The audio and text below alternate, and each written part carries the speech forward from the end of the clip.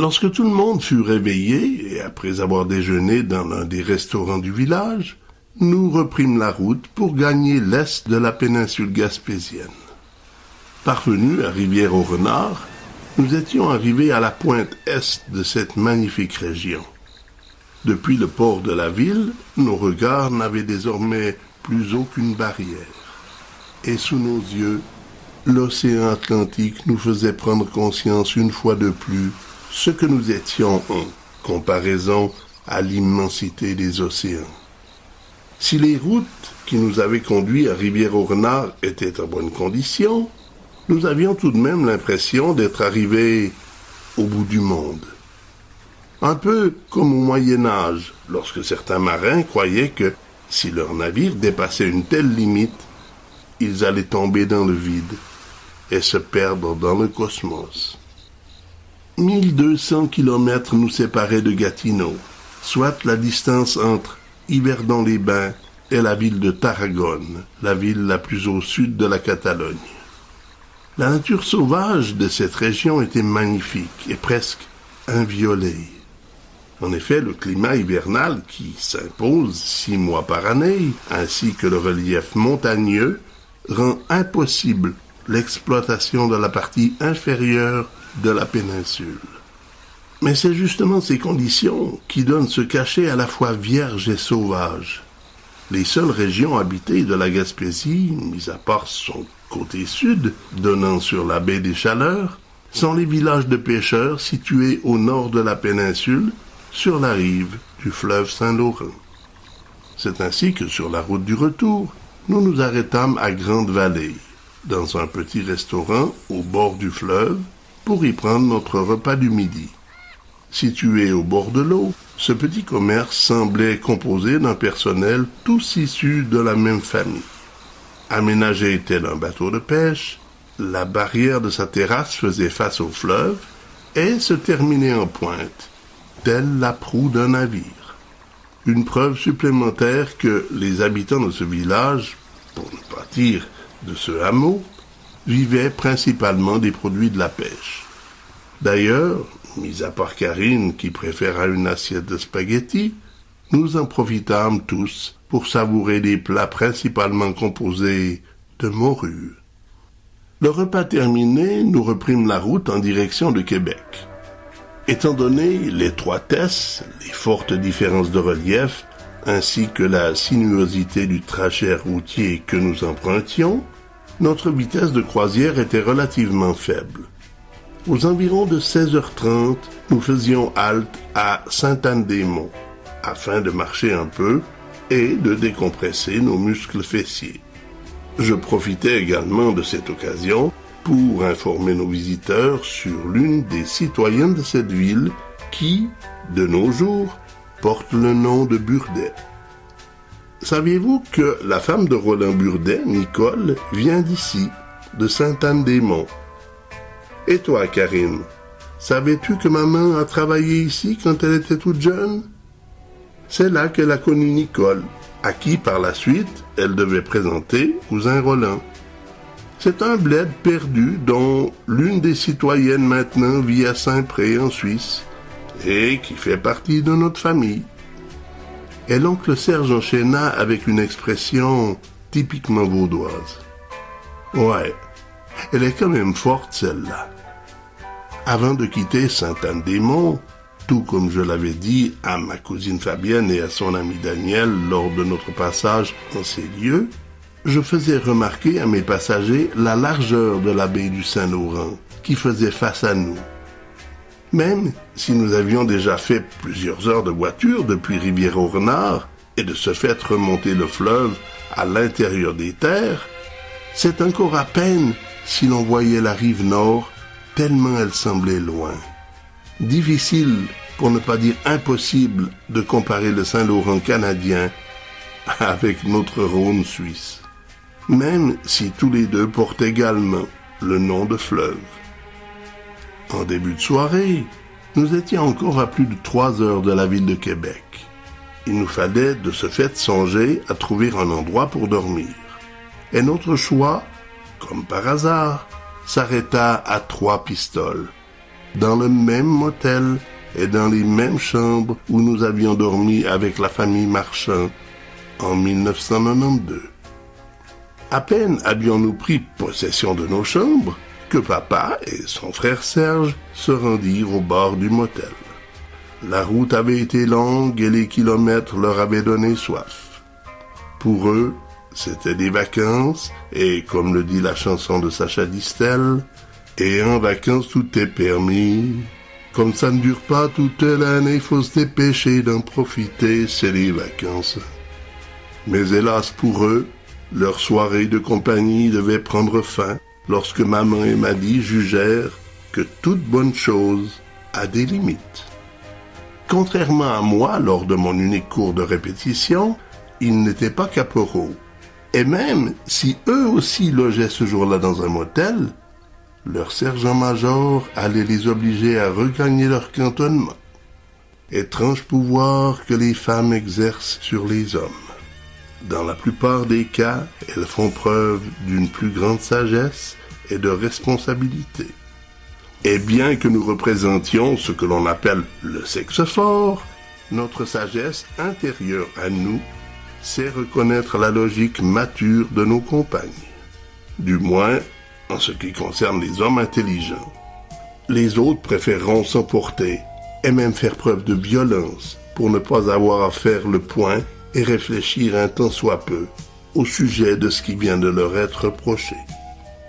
Par nécessité, Karine et moi dûmes partager le même lit cette nuit-là.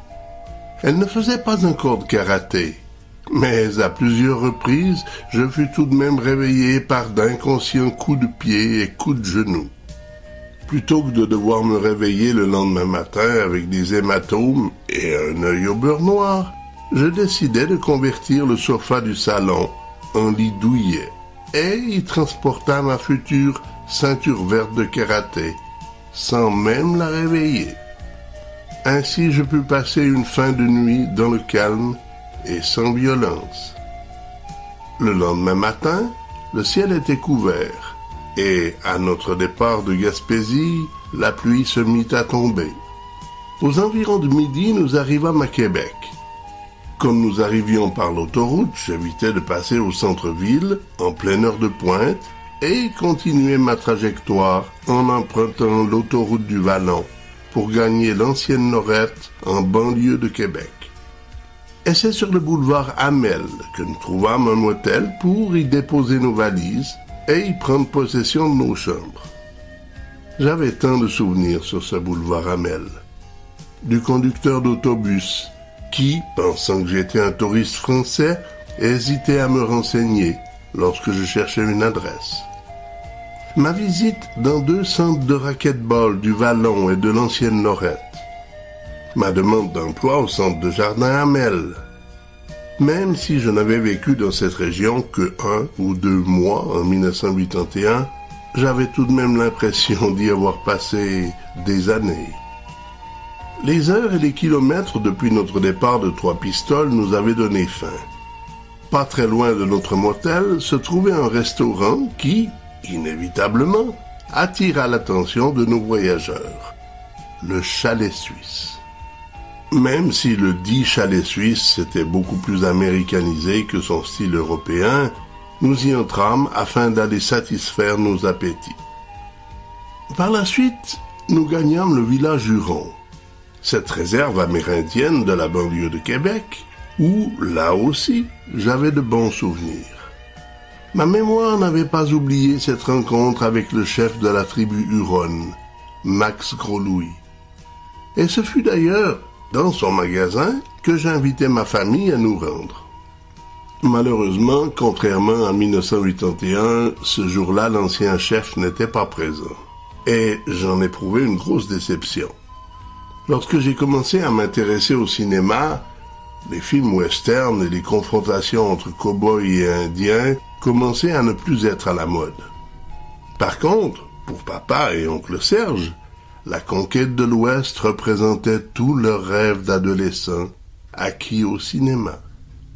Et même si de nos jours, les néo-chefs indiens possèdent des magasins et non des tipis, tant amérindiennes, Une rencontre avec un autochtone est toujours un événement hors de l'ordinaire pour des Européens qui ne se sont jamais pris pour des êtres supérieurs.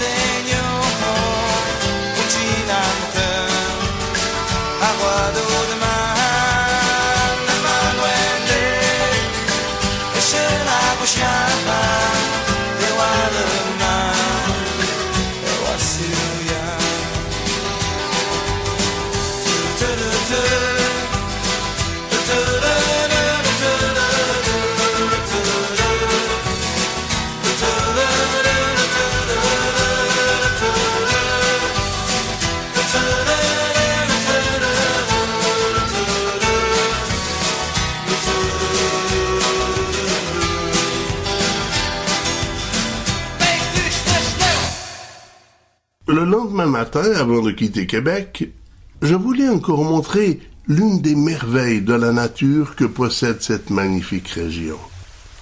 La chute Montmorency. Plus haute encore que celle du Niagara, cette attraction ne peut laisser insensibles ceux qui se rendent jusqu'à son pied.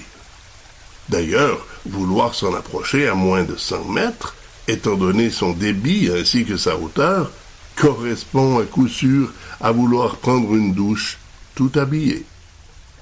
Comme la route allait être longue jusqu'à Gatineau, 500 kilomètres, nous décidâmes d'un commun accord de nous offrir un copieux déjeuner de style américain.